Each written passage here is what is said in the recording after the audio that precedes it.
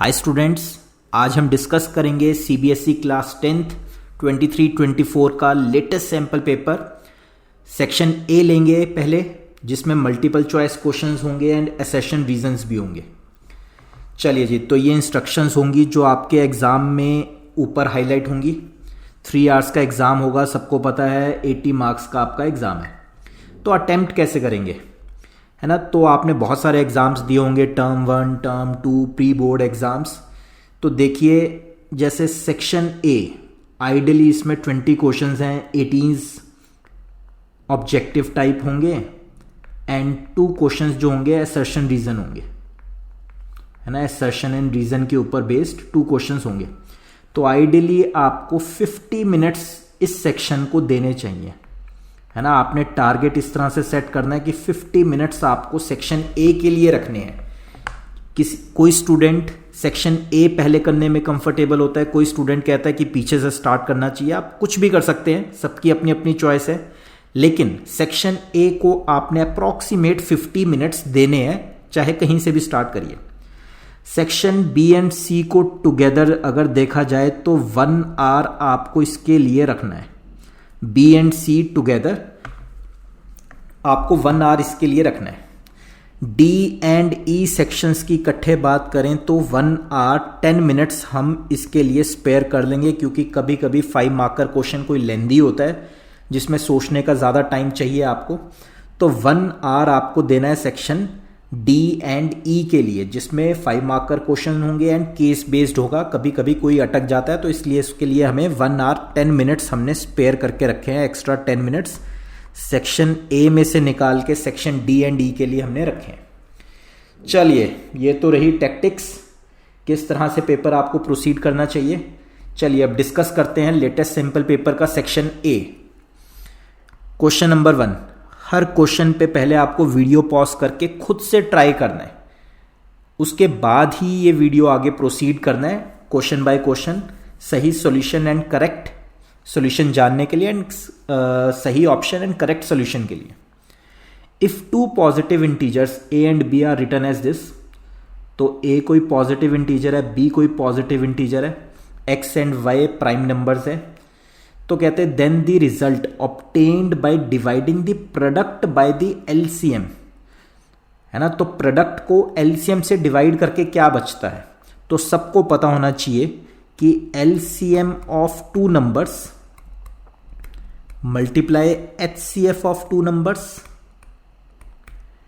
Is equal to product of 2 numbers, है ना। सबको पता है, चैप्टर 1 में हम यूज करते थे प्रोडक्ट ऑफ 2 नंबर्स। तो इस केस में हमें क्या निकालना है, एचसीएफ क्या हो गया, है ना। सबको पता लग चुका होगा अभी तक, हमें एचसीएफ ही तो निकालना है, क्योंकि आपको बोला गया है कि प्रोडक्ट ऑफ 2 नंबर्स, 2 नंबर्स का प्रोडक्ट डिवाइडेड बाय एलसीएम, है ना। Product of 2 numbers divided by LCM, तो basically we are left with HCF. So we need to find in this question HCF. तो एचसीएफ कैसे निकालेंगे, चलिए जी। तो एचसीएफ कभी भी निकालना है तो आपको क्या करना होता है, जैसे कि ए कोई नंबर आपको गिवन है x³ एंड y²। अगर आपको डाउट है एलसीएम और एचसीएफ में, तो हम डिटेल में अच्छे से डिस्कस करेंगे, ध्यान देना। एक छोटी सी ट्रिक, एचसीएफ क्या होता है, ओनली कॉमन फैक्टर्स, है ना। ओनली कॉमन फैक्टर्स लेने होते हैं आपको एंड विद मिनिमम पावर। सिर्फ कॉमन फैक्टर लेने हैं, और वो भी सबसे छोटी पावर वाले, common factor and with minimum power. तो देखिए, ए में x³ है, बी में x है, तो कॉमन फैक्टर x तो है, और मिनिमम पावर हमें पिक करनी है ना, मिनिमम पावर। तो यहां से हमारा x पिक हो गया। अच्छा, y² और y³ में दोनों में y कॉमन है, और मिनिमम पावर यानी कि y², तो यानी कि एचसीएफ क्या हो गया, और इस क्वेश्चन का आंसर क्या हो गया, x एंड y²। ऑप्शन बनी बी। इन केस हमें एलसीएम लेना होता, एलसीएम की ट्रिक है ऑल फैक्टर्स, सारे फैक्टर्स चाहे कॉमन है या नहीं है, एंड विद मैक्सिमम पावर्स। सारे फैक्टर लेने और बड़ी बड़ी पावर के लेने हैं, तो उसको एलसीएम कहेंगे। एंड HCF में क्या था, सिर्फ कॉमन वाले लेने हैं और वो भी मिनिमम पावर वाले लेने हैं। तो इन केस अगर हमें एलसीएम निकालना होता तो ऑल फैक्टर्स, x दोनों में है तो इसलिए ले लिया हमने, और मैक्सिमम पावर मतलब x cube, y square y cube दोनों में है, एक में भी होता तब भी लेते, एंड मैक्सिमम पावर मतलब वाई क्यूब। तो एलसीएम ये होता। HCF क्या है, एक्स वाई स्क्वायर। तो इस क्वेश्चन का आंसर क्या हो गया, ऑप्शन बी। चलिए जी नेक्स्ट क्वेश्चन लेते हैं। The given linear polynomial this has, तो सॉल्यूशंस कौन से लेते हैं, है ना। सॉल्यूशन हमेशा कौन से होते हैं, जितनी बार कोई भी लाइन एक्स एक्सिस को कट करती है ना वो सॉल्यूशन होता है। वाई एक्सिस से कोई लेना देना नहीं है हमारा। कोई भी लाइन एक्स एक्सिस को जितनी बार कट करेगी ना वो नंबर ऑफ सॉल्यूशन होते हैं। तो ये लाइन यहाँ पे एक्स एक्सिस को एक बार कट कर रही है तो एक ही सॉल्यूशन है या वन ही जीरो है, और वो जीरो क्या है, 3। जो एक्स की वैल्यू होगी वो सॉल्यूशन है। तो x is equal to 3 is the only solution, only zero. तो इस क्वेश्चन का सही आंसर क्या आ गया, ऑप्शन बी। इन केस अगर कोई ग्राफ ऐसा बनता तो हम उसको क्या कहते हैं कि 2 zeros आर देयर, है ना, 2 सॉल्यूशन या 2 zeros आर देयर।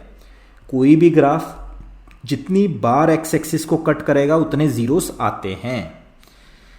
अगर कोई लाइन एक्स एक्सिस के पैरेलल होती, अगर कोई लाइन एक्स एक्सिस के पैरेलल होती तो उसके कितने सॉल्यूशन आते हैं, नो जीरोस, है ना, कोई भी सॉल्यूशन नहीं आता। चलिए जी आगे बढ़ते हैं। तो इस क्वेश्चन का आंसर क्या हो गया, option B. Next, the line representing the given pair of linear equations are non intersecting. Non intersecting मतलब पैरेलल लाइंस। पैरेलल लाइंस की कंडीशन क्या होती थी डियर स्टूडेंट्स, पैरेलल लाइंस की कंडीशन क्या होती थी, आप पढ़ते थे पैरेलल लाइंस की कंडीशन क्या होती थी, या नो सॉल्यूशन की कंडीशन क्या होती थी, a1/a2 is equal to b1/b2 is not equal to c1/c2, है ना। ये कंडीशन होती थी पैरेलल लाइंस की, और इसी को क्या बोलते हैं, नो सॉल्यूशन, और इसी को और क्या बोल सकते हैं, इनकंसिस्टेंट, है ना, इनकंसिस्टेंट लाइंस, सब इसी का नाम है। तो इस क्वेश्चन का भी सही ऑप्शन क्या हो गया, option B is the right choice. चलिए जी नेक्स्ट करते हैं question number 4, the nature of roots of the quadratic equation. तो आपने सबने पढ़ा होगा क्वाड्रेटिक इक्वेशन की नेचर ऑफ रूट्स। एक होता है रूट्स निकालो, तो उसके लिए हमारे पास मेथड है splitting the middle term and by quadratic formula. लेकिन इस बार हमें सिर्फ नेचर ऑफ रूट्स बताने हैं, जो कि हमें बताता है डिस्क्रिमिनेंट, है ना। डिस्क्रिमिनेंट हमें बताता है नेचर ऑफ रूट्स के बारे में। डिस्क्रिमिनेंट का फॉर्मूला क्या होता है, b² माइनस 4ac, जिसमें a, b एंड c क्या होते हैं, जो x का कोफिशिएंट होता है वो बनता है हमारा a, जो x का कोफिशिएंट होता है वो बनता है हमारा a। तो हेयर a इज 9, x का जो कोफिशिएंट है ना, x² का जो कोफिशिएंट है वो a है, x² का जो कोफिशिएंट है वो है a, x का जो कोफिशिएंट होता है वो बनता है b यानी कि -6।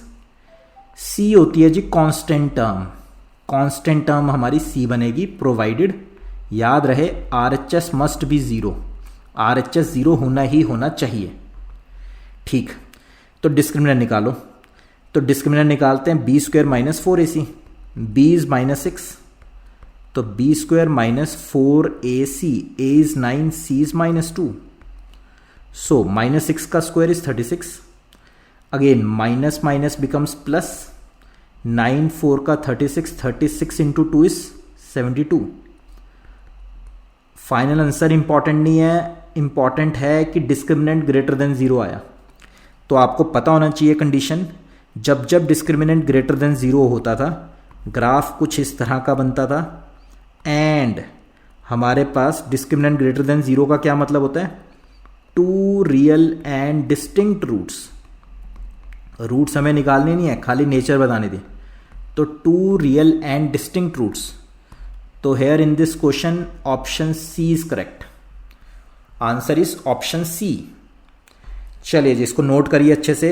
नेक्स्ट आगे बढ़ते हैं, क्वेश्चन 5 बहुत अच्छा क्वेश्चन है ना। क्वेश्चन 5 बहुत अच्छा क्वेश्चन है, ट्राई जरूर करना है पहले वीडियो पॉज करके। 2 APs have the same common difference, दो एपी हैं, दोनों का कॉमन डिफरेंस सेम है, let's say D and D. Okay, the first term of first AP, तो पहली एपी की फर्स्ट टर्म है -1 एंड सेकेंड एपी की फर्स्ट टर्म है -8। सेकेंड एपी की फर्स्ट टर्म है -8, फर्स्ट एपी की फर्स्ट टर्म है -1, लेकिन दोनों एपीज की कॉमन डिफरेंस सेम है D and D. The difference between their fourth terms, अच्छा पहली वाली एपी की फोर्थ टर्म का फॉर्मूला क्या होता है, a plus n minus one into D, a plus n minus one into D formula था। फोर्थ टर्म मतलब n बन गया 4, तो 4 minus 1 is 3। First term here is -1 plus 3d। Fourth term of first AP is this. Similarly fourth term of second AP, तो n minus 1 into D again. First term is -8, आपको निकालनी है fourth term, तो 4 minus 1 is 3, तो this is fourth term of second AP. Fourth term of second AP. अब मुझे दोनों का निकालना है डिफरेंस, है ना, तो fourth term of first AP minus fourth term of second AP, इन दोनों का डिफरेंस निकालना है, डिफरेंस। तो fourth term of first AP में से माइनस कर दिया fourth term of second AP, solve किया -1 plus 3d plus 8 minus 3d plus 3d minus 3d cut and answer is 7। तो option C is correct option, answer is 7। चलिए जी, बहुत अच्छा question था क्वेश्चन नंबर 5। नेक्स्ट डिस्कस करते हैं question number 6। What is the ratio in which the line segment joining this and this is divided bye x axis. बहुत ही common सा question है, बहुत इंपॉर्टेंट क्वेश्चन है सेक्शन फॉर्मूला के ऊपर। तो एक पॉइंट है 2,3, थोड़ा अच्छे से अंदाजे से प्लॉट हो जाए तो और बढ़िया है। तो लेट्स से यहाँ कहीं होगा 2,3 एंड एक पॉइंट है 5,6, तो 5,6 थोड़ा अंदाजे से हमने मार्क कर लिया यहाँ। तो कहते हैं ये जो लाइन बन रही है तो एक्स एक्सिस इसको किस रेशो में डिवाइड करेगी, ratio we need to find, ratio x axis इसको किस रेशो में डिवाइड करेगी। लेट से रेशो जब भी हमें लेनी होती है तो k/1 है ना, k/1 में डिवाइड करेगी। चलिए जी, तो सेक्शन फॉर्मूला लगाइए, कैसे लगाते थे। अच्छा, मेन जो इस क्वेश्चन की खास बात है वो क्या है, एक्स एक्सिस के ऊपर ना हमेशा वाई कोऑर्डिनेट 0 होता है, बस वही ट्विस्ट है। एक्स एक्सिस के ऊपर खास बात क्या है, वाई कोऑर्डिनेट हमेशा 0 होता है। ठीक, तो हमें निकालनी है रेशो। चलिए फटाफट से सेक्शन फॉर्मूला कैसे लगाते थे, k मल्टीप्लाई होगा यहाँ 5 से, तो 5k प्लस 1 मल्टीप्लाई होगा यहाँ पे 2 से ओवर k प्लस 1, ये आया जी x coordinate. And similarly y coordinate क्या होगा, अब y कोऑर्डिनेट्स को यूज करते थे सेक्शन फार्मूला में, k मल्टीप्लाई होगा y कोऑर्डिनेट से 6k, 1 मल्टीप्लाई होगा अगेन y कोऑर्डिनेट से, तो 1 into -3 is -3 upon k plus 1। ये पॉइंट लाई कर रहा है x एक्सिस के ऊपर, तो x एक्सिस के ऊपर ना y कोऑर्डिनेट हमेशा 0 होता है, तो put this coordinate is equal to 0।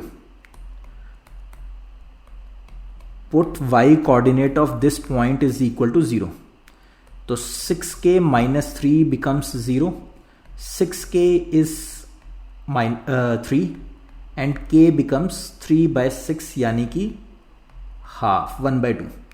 So final answer is k is to 1। k कितना आया, हाफ। 2 से पूरी रेशो को हमने मल्टीप्लाई किया तो ये 2 इधर चला जाएगा, तो 1/2 is our final answer. So final answer is option A, है ना, option A is our final answer. चलिए जी, नेक्स्ट क्वेश्चन लेते हैं, ये भी बहुत अच्छा क्वेश्चन था। नेक्स्ट क्वेश्चन लेते हैं, question number 7। A point x, y is at a distance of 5 units from origin. बड़ा ही कॉमन क्वेश्चन है। How many such points lie in the third quadrant. तो कहते हैं ओरिजिन से 5 डिस्टेंस दूर एक पॉइंट है थर्ड क्वाड्रेंट में, लेट्स से ये 5 मीटर दूर है या 5 यूनिट्स दूर है ये वाला पॉइंट, तो दूसरे स्टूडेंट ने कहा ये क्यों नहीं हो सकता, ये भी तो 5 डिस्टेंस दूर है। एक और स्टूडेंट ने कहा ये भी हो सकता है, ये भी हो सकता है। तो बेसिकली एक सर्कल बनाएंगे ना जो 5 के रेडियस पे, तो ये सारे के सारे पॉइंट्स, ये सारे के सारे पॉइंट्स थर्ड क्वाड्रेंट में होंगे जो ओरिजिन से 5 के डिस्टेंस पे ही है। तो ऐसा एक या है ना 1 और 2 पॉइंट्स नहीं होंगे, ऐसे हजारों लाखों इनफाइनाइट मैनी पॉइंट्स होंगे जो कि थर्ड क्वाड्रेंट में होंगे एंड ओरिजिन से 5 डिस्टेंस अवे होंगे। तो इस क्वेश्चन का सही आंसर क्या था? Option D, infinitely many points. चलिए नेक्स्ट लेते हैं क्वेश्चन नंबर 8। बहुत स्पेशल क्वेश्चन है, 2 मेथड है। सिमिलैरिटी से तो हर कोई कर लेगा, है ना, एनसीईआरटी बेस्ड क्वेश्चन है, सिमिलैरिटी से तो हर कोई कर देगा। इस क्वेश्चन को हम ट्रिग्नो से सॉल्व करके देखते हैं। ट्रिग्नोमेट्री से भी मैं सॉल्व कर सकता हूं और बहुत जल्दी आंसर आएगा। चलिए जी, in triangle ABC DE is parallel to AB। AB distance है स्मॉल a, DE डिस्टेंस है x, BE डिस्टेंस है B एंड EC डिस्टेंस था C। देन एक्सप्रेस, तो x को एक्सप्रेस करना है आपको ABC की टर्म्स में। चलिए जी, तो मैंने क्या किया इसमें, let's say this angle is theta, है ना, दिस एंगल इज थीटा। तो DE ऑलरेडी हमें पता है EC के साथ परपेंडिकुलर है, AB क्या है, BC के साथ परपेंडिकुलर है। तो फर्स्ट, अच्छा ये छोटे वाले ट्राइंगल में तो मैंने मार्क कर लिया first triangle and second triangle. First triangle is 1, second triangle is bigger triangle ABC। First triangle में tan थीटा लिया, फर्स्ट ट्राइंगल में हमने tan थीटा लिया। अच्छा, फर्स्ट ट्राइंगल में से tan थीटा कितना आएगा? tan क्या होगा जी? परपेंडिकुलर ओवर बेस, तो यानी फर्स्ट ट्राइंगल में से परपेंडिकुलर ओवर बेस। अच्छा, tan theta is equal to tan theta. Bigger triangle का भी tan थीटा ले सकते हैं। बड़ा ट्राइंगल है ABC, छोटा ट्राइंगल है हमारे पास DEC। बड़ा ट्राइंगल छोटा ट्राइंगल, दोनों में से tan थीटा को निकाल के कंपेयर कर देंगे। तो बड़े ट्राइंगल में से ABC में से tan थीटा कितना आएगा डियर स्टूडेंट्स?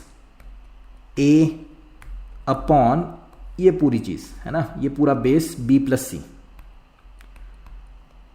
तो बहुत ही जल्दी हम आंसर तक पहुंच गए। x निकल गया AC upon B+C, AC upon B+C, यानी कि ऑप्शन बी। तो इस क्वेश्चन का सही आंसर क्या था? Option B. चलिए नेक्स्ट क्वेश्चन लेते हैं, question number 9। Super duper graded, आज की क्लास का अभी तक का best question, question number 9, super duper graded, best question.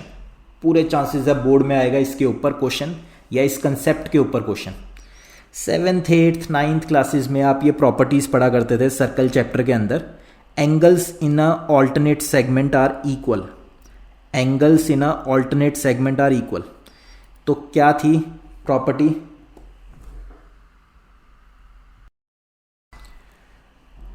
तो 9th क्वेश्चन के ऊपर बोर्ड में जरूर आता है क्वेश्चन, है ना।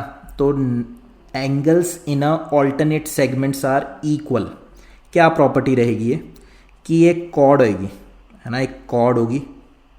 ये कॉर्ड पॉइंट ऑफ कांटेक्ट पे टेंजेंट के साथ कुछ एंगल बनाएगी, एक टेंजेंट के साथ ये कुछ एंगल बनाएगी। लेट्स से ये एंगल बना थीटा, एंड यही कॉर्ड सर्कल के ऊपर अब कहीं एंगल बनाएगी, तो ये दोनों एंगल्स इक्वल होते हैं।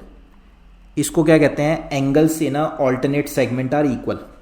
फिर से देख सकते हैं आप, एक सर्कल होगा, एक टेंजेंट होगी, पॉइंट ऑफ कांटेक्ट के साथ, जरूरी है, कंपलसरी है, पॉइंट ऑफ कांटेक्ट के साथ एक कॉर्ड होगी, वो कॉर्ड टेंजेंट के साथ कुछ एंगल बनाएगी, और वही कॉर्ड सर्कल पे कहीं पे भी कोई एंगल बनाएगी, तो ये दोनों एंगल्स इक्वल होते हैं। इसको क्या कहते हैं? Angles in a alternate segment are equal, ये दोनों एंगल्स इक्वल होंगे।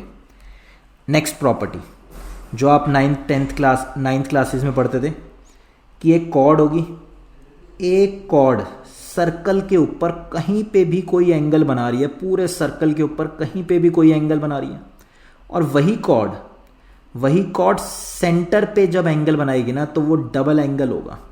वही कॉर्ड जो सेंटर पे एंगल बनाएगी वो डबल एंगल होगा, जो भी सर्कल पे एंगल बनाया था उसका डबल होगा सेंटर पे। तो ये दो प्रॉपर्टीज इस क्वेश्चन में यूज होंगी हमारी। कैसे यूज होंगी देखते हैं। सबसे पहले कॉर्ड है जी पी क्यू, टेंजेंट है पी आर। तो कॉर्ड ने पी आर के साथ जो एंगल बनाया है ना, वो एंगल आपको गिवन है। कॉर्ड पी क्यू ने एंगल बनाया 50 डिग्री विद द टेंजेंट, ये 50 डिग्री है।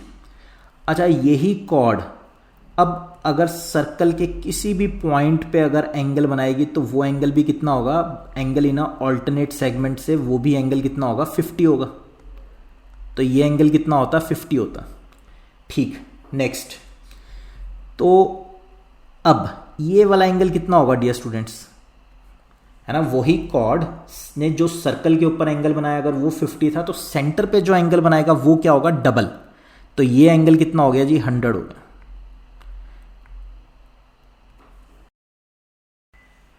चलिए जी, तो एक मेथड तो ये हो गया, 100 आंसर आ गया। ऐसा नहीं है इस क्वेश्चन को करने का एक ही मेथड है, मेरे पास एक और मेथड है क्वेश्चन नंबर, इसी क्वेश्चन को डिस्कस करने का। तो मेथड 2 है ना, मेथड 2, तो ये भी एक मेथड है। मेथड 2 भी बहुत अच्छा मेथड है, वो देखिए, वो शायद आपको और इजी लगेगा। तो ये थी टेंजेंट, ये था रेडियस,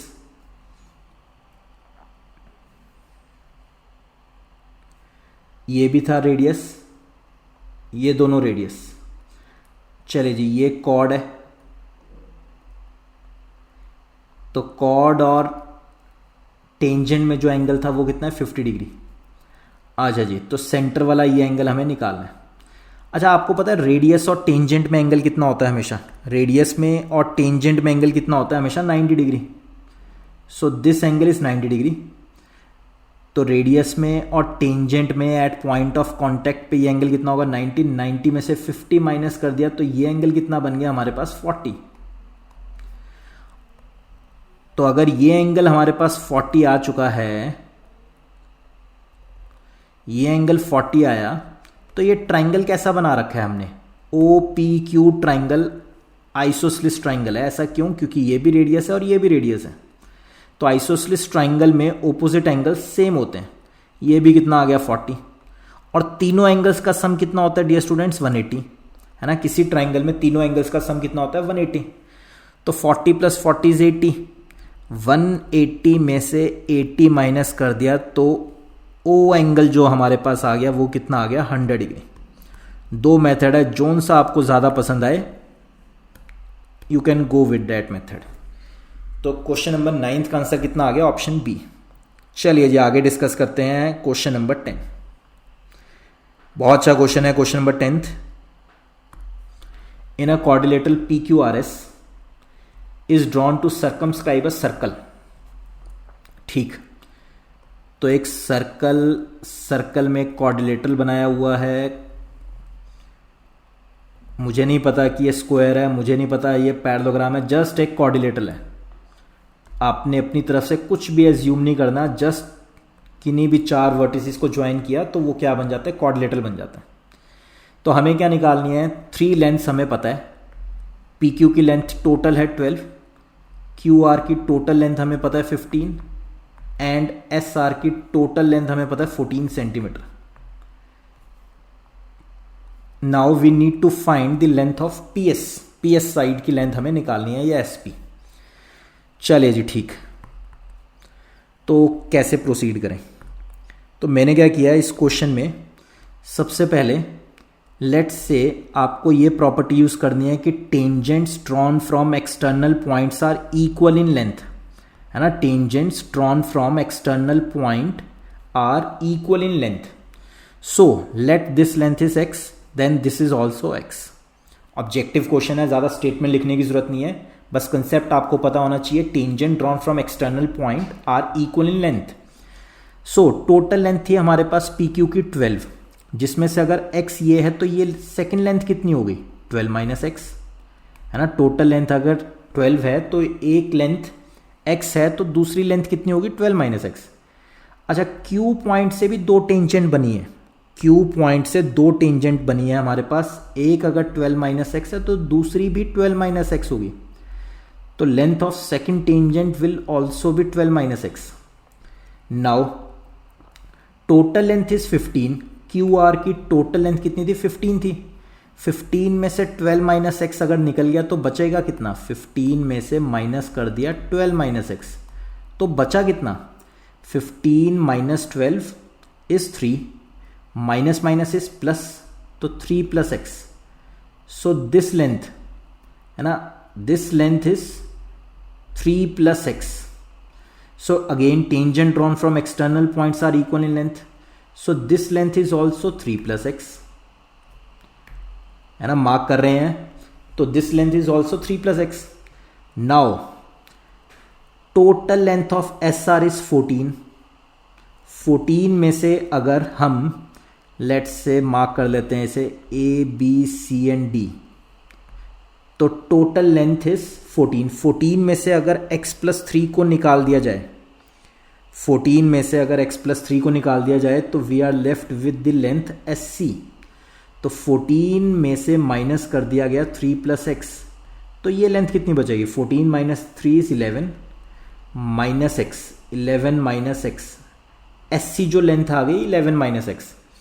अगर SC 11 माइनस एक्स है तो SD कितना होगा, again properties tangent drawn from external points are equal in length, तो SD लेंथ कितनी होगी dear students 11 minus x, and PD से हमने स्टार्ट किया था x, तो ये दोनों लेंथों को ऐड कर दीजिए, आपके पास आंसर आ जाएगा, माइनस एक्स से प्लस एक्स कट, तो final answer is 11 centimetre, option D.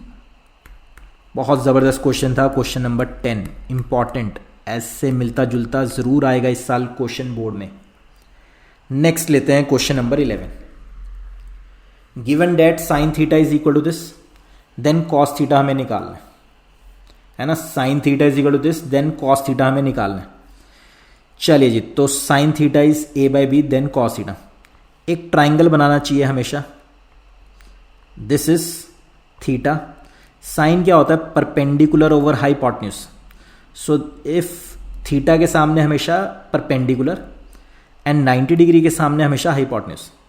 Pythagoras theorem लगाते हैं ना, पाइथागोरस थ्योरम लगाते ही ये वाली साइड कितनी आएगी, हाइपोटेन्यूज का स्क्वायर माइनस परपेंडिकुलर का square is equal to base का स्क्वायर। चलिए, तो ये साइड आ गई हमारे पास b square minus a square, Pythagoras theorem लगा के। तो इसी ट्राइंगल में से आप मुझे बताइए कॉस थीटा कितना आएगा, cos theta is base upon hypotenuse, so base is b square minus a square under root and hypotenuse is b. तो इस क्वेश्चन का सही आंसर कितना आया, option c, option c. Next लेते हैं हम question number 12th, again trigonometry, secant. अच्छा, सबसे ज़्यादा हमें पसंद है साइन एंड कॉस, तो सीकेंट को चेंज किया 1 अपॉन कॉस, टैन को लिया जी हमने sine upon cos, 1 minus sine theta, NCERT based question है। चलिए, तो 1 बाय कॉस थीटा इज, तो कॉस थीटा एलसीएम लिया, ए को मैंने थीटा में चेंज कर दिया गलती से, कोई बात नहीं, फाइनल आंसर में थीटा में ही आ जाएगा। तो ऊपर क्या बचा 1 plus sine theta and 1 minus sine theta. अच्छा, न्यूमरेटर को आपस में मल्टीप्लाई करते हैं, न्यूमरेटर्स को आपस में मल्टीप्लाई करते हैं, A plus B A minus B, A plus B A minus B is A का स्क्वायर माइनस बी का square, and in denominator is cos theta. अच्छा, आपको पता है 1 का स्क्वायर 1 लिखा जा सकता है sine square theta as it is divided by cos theta. लगाइए प्रॉपर्टी, आइडेंटिटी क्या कहती थी, 1 minus sine square theta is cos square theta. Again denominator में फिर से कॉस थीटा, एक कॉस से कॉस कट हुआ और फाइनल से कितना आया cos theta. So option d is correct. चलिए नेक्स्ट क्वेश्चन लेते हैं, question number 13। Heights and distance के ऊपर एक क्वेश्चन जरूर गारंटेड, एप्लीकेशन ऑफ ट्रिग्नोमेट्री के ऊपर एक क्वेश्चन गारंटेड ये जरूर आएगा, शेडो के ऊपर। If a pole of 6 metre high cast a shadow this on the ground then the sun's elevation. तो लेट से सन कुछ यहाँ पे था, इस पोजीशन में था, ये कोई पोल था। अच्छा, ये पोल सन की जब लाइट आएगी कुछ इस तरह से, तो ये लाइट तो यहाँ तक पहुँच जाएगी। उसके बाद जितनी भी सन की रेज आएंगी ना, ये पोल से आगे क्रॉस नहीं कर पाएंगे, तो वही सब शेडो बन जाती है। तो इस पोल की हाइट की शेडो कहाँ बनेगी? ये सारी शेडो बन गई, जहाँ पे सन की रेज नहीं पहुँच पा रही, ये सारी शेडो बन गई। हमें ये एंगल निकालना है कि सन किस एंगल पे था। तो पोल की हाइट थी 6 मीटर और जो शेडो बनी है वो बनी है 2√3 मीटर लॉन्ग। थीटा हमें निकालना है, तो सबको पता लग गया होगा अभी तक तो कि tan थीटा यूज करना चाहिए। tan theta connects between perpendicular and base. So perpendicular is 6, base is 2√3। 2 से ये 6 कट, तो 3/√3। √3 से 3 कट, क्यों? क्योंकि 3 can be written as √3 multiply √3 upon √3। तो इस क्वेश्चन का आंसर क्या आ गया dear students? tan theta is equal to √3। tan की वैल्यू √3 कब होती है? 60 डिग्री पे। तो ऑप्शन ए, इस क्वेश्चन का सही ऑप्शन क्या हो गया? Option a. बहुत अच्छा क्वेश्चन था 13th। नेक्स्ट लेते हैं question number 14th। If the perimeter, है ना, एनसीईआरटी बेस्ड क्वेश्चन है। If the perimeter and the area of circle are numerically equal. Circle का पेरीमीटर मतलब सरकमफ्रेंस, एंड सर्कल का एरिया πr²। न्यूमेरिकली इक्वल है, dimensionally equal नहीं हो सकते। पेरीमीटर सेंटीमीटर में होता है या मीटर में होता है, एरिया हमेशा सेंटीमीटर स्क्वायर या मीटर स्क्वायर में होता है। बट हाँ, कभी ऐसा हो सकता है कि पेरीमीटर 6 सेंटीमीटर हो, एरिया 6 सेंटीमीटर स्क्वायर हो, तो डायमेंशनली इनकरेक्ट है, लेकिन न्यूमेरिकली तो इक्वल हो ही सकते हैं पेरीमीटर एंड एरिया। चलिए जी, तो ये सिचुएशन है। कहते रेडियस बताओ क्या होगा। तो पाई से पाई कट, आर से एक आर कट, तो आर इज 2। डायमीटर पूछते तो 4 था, रेडियस पूछा है तो 2 यूनिट्स। तो इस क्वेश्चन का सही आंसर क्या आ गया डियर स्टूडेंट्स? ऑप्शन ए, यानी कि 2। चलिए जी, नेक्स्ट लेते हैं question number 15। Again NCERT based question. It is propose to build a new circular park equal in area. एक सर्कुलर पार्क बनाना है जिसका जो एरिया है वो इक्वल है 2 एरियाज के, सम ऑफ एरियाज ऑफ 2 सर्कल्स जिनकी डायमीटर 16 है। एक की डायमीटर 16 है, तो रेडियस कितना हो गया डियर स्टूडेंट्स? 8, प्लस एक और सर्कल है जिसकी डायमीटर 12 है, तो रेडियस कितना हो गया? 6। तो ये बड़ा area is equal to 2 small areas. तो हमारा जो सर्कल है बड़े वाला, उसका रेडियस हमें निकालना है, लेट से कैपिटल आर। जो 2 छोटे सर्कल हैं, लेट से R1 and R2, area wise बराबर है। तो हमारे सर्कल जो रिक्वायर्ड सर्कल है, जो छोटे सर्कल हैं, वो πr1² plus πr2²। Pi common लेके सब कुछ कट हो गया।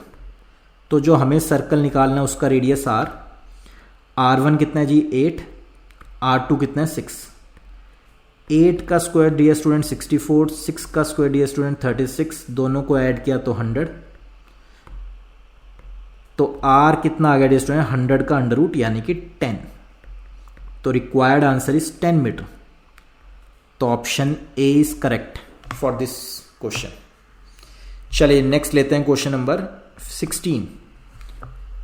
पढ़िए, रीड करिए, बताइए कौन से चैप्टर का है। तो प्रोबेबिलिटी का बहुत ही जबरदस्त क्वेश्चन है, question number 16। There is a square box of side 2a। तो ये स्क्वायर बॉक्स है जिसकी साइड है 2a 2a ना, स्क्वायर्स की सारी साइड सेम होती है। तो कहते हैं सर्कमस्क्राइबिंग। तो एक सर्कल के चारों तरफ एक स्क्वायर बना हुआ था, तो सर्कल एक बीच में है। Jaidev is asked to keep a dot in the above said board dot. अच्छा, the probability that he keeps, अच्छा बोर्ड के अंदर ही उसे कहीं एक पॉइंट मार्क करना है।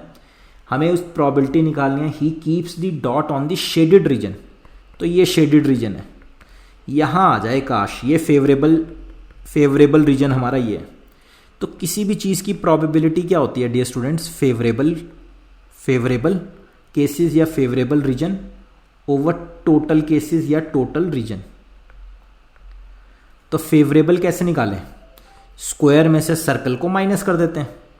स्क्वायर क्या होता है, साइड स्क्वायर, तो स्क्वायर का एरिया कितना होता है साइड स्क्वायर, माइनस सर्कल का एरिया कितना होगा पाई आर स्क्वायर।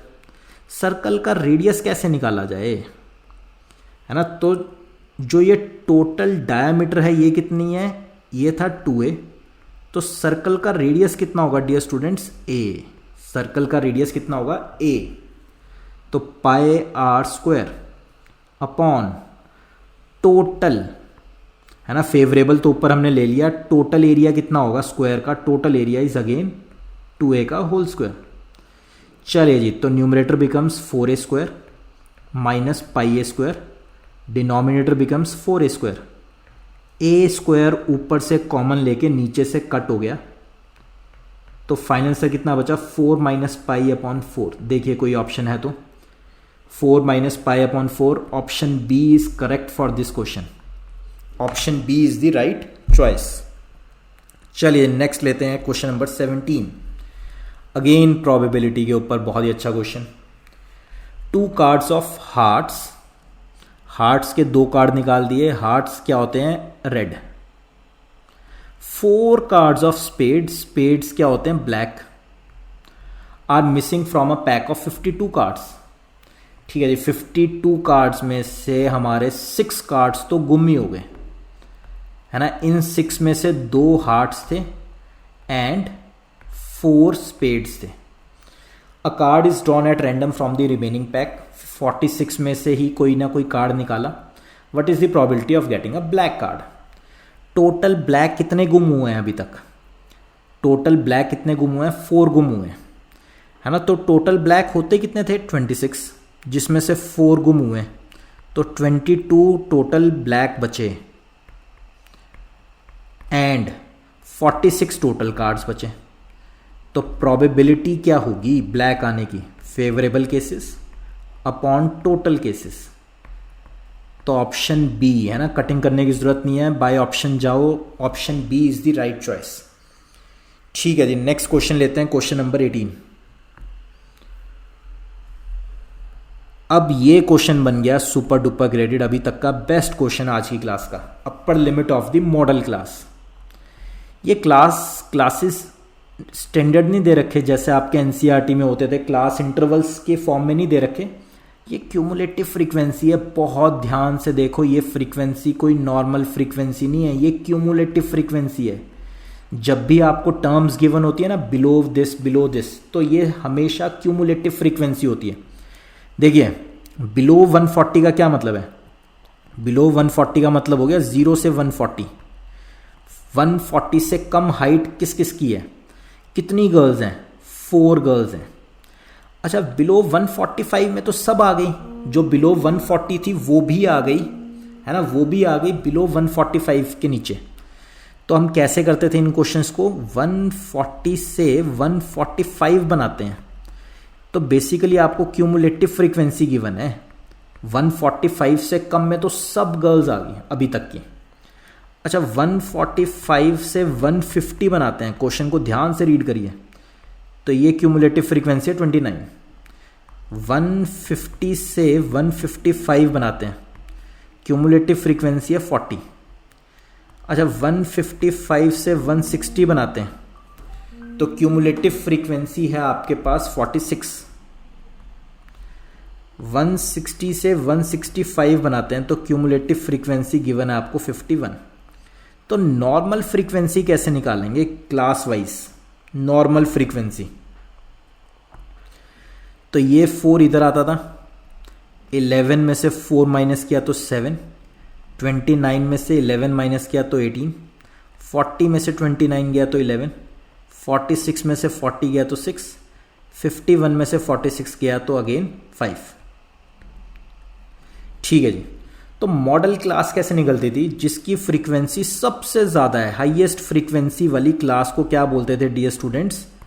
हाईएस्ट फ्रीक्वेंसी वाली क्लास को क्या बोलते थे डियर स्टूडेंट्स? Modal class.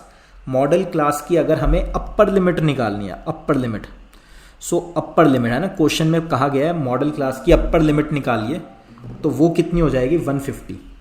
तो इस क्वेश्चन का सही आंसर क्या आ जाएगा? 150, ऑप्शन डी। बहुत अच्छा क्वेश्चन था, क्वेश्चन नंबर 18। नेक्स्ट लेते हैं क्वेश्चन नंबर 19। ABCD आपने बहुत एग्जाम दिए हैं, आपको पता होगा कि किस ऑप्शन में क्या लिखा गया है, वही है स्टैंडर्ड।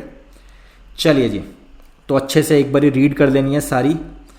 तो स्टेटमेंट ए, अच्छा स्टेटमेंट आर जब आप ध्यान से देख रहे हो तो टॉप को डिफाइन किया गया है। Top is obtained by joining the plane surfaces of hemisphere. Hemisphere कुछ ऐसा होता था। एंड कोन, कोन कुछ ऐसा होता है। तो इस शेप को इन्होंने टॉप बोल दिया, टॉप। तो पहले टॉप को डिफाइन किया गया। टॉप क्या चीज है? Top is obtained by joining the plane surface of hemisphere and cone together. चलिए जी, अब फर्स्ट ऑप्शन रीड करते हैं। स्टेटमेंट ए अब रीड कर रहे हैं। Total surface area of the top is the sum of, है ना, तो इसका सरफेस एरिया निकालना है। सरफेस एरिया कैसे निकलता है? हेमिस्फीयर का टॉप सरफेस एंड कोन का कर्व्ड सरफेस एरिया। तो सही बात है, total surface area of the top, top figure अभी डिफाइन की थी हमने, is the sum of the curved surface area of hemisphere, जो कि क्या होता है 2πr², and curved surface area of cone, जो कि क्या होगा πrl। तो इनको ऐड करके कहते हैं टोटल सरफेस एरिया निकल जाएगा टॉप का। टॉप हमें डिफाइन किया हुआ है रीजन में।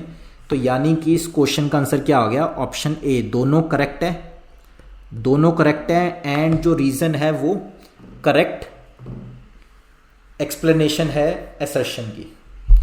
चलिए जी, तो लास्ट क्वेश्चन लेते हैं आज का, क्वेश्चन नंबर 20। स्टेटमेंट एक गिवन है आपको, एपी के ऊपर क्वेश्चन है। कहते ये एपी में है या नहीं। कोई भी जो सीक्वेंस होता है वो एपी कब बनता है? जब कॉमन डिफरेंस सेम होती है। तो कॉमन डिफरेंस सेम करवाना है आपको। दिस माइनस दिस चेक करते हैं। दिस कोई भी टर्म माइनस पीछे वाली टर्म, 5/2 में से 5 माइन, है ना, 5/2 में से 0 माइनस हुआ तो कॉमन डिफरेंस कितना आ रहा है? 5/2। 0 माइनस ऑफ -5/2, अगेन 5/2। तो -5/2 में से -5 को माइनस किया तो अगेन 5/2।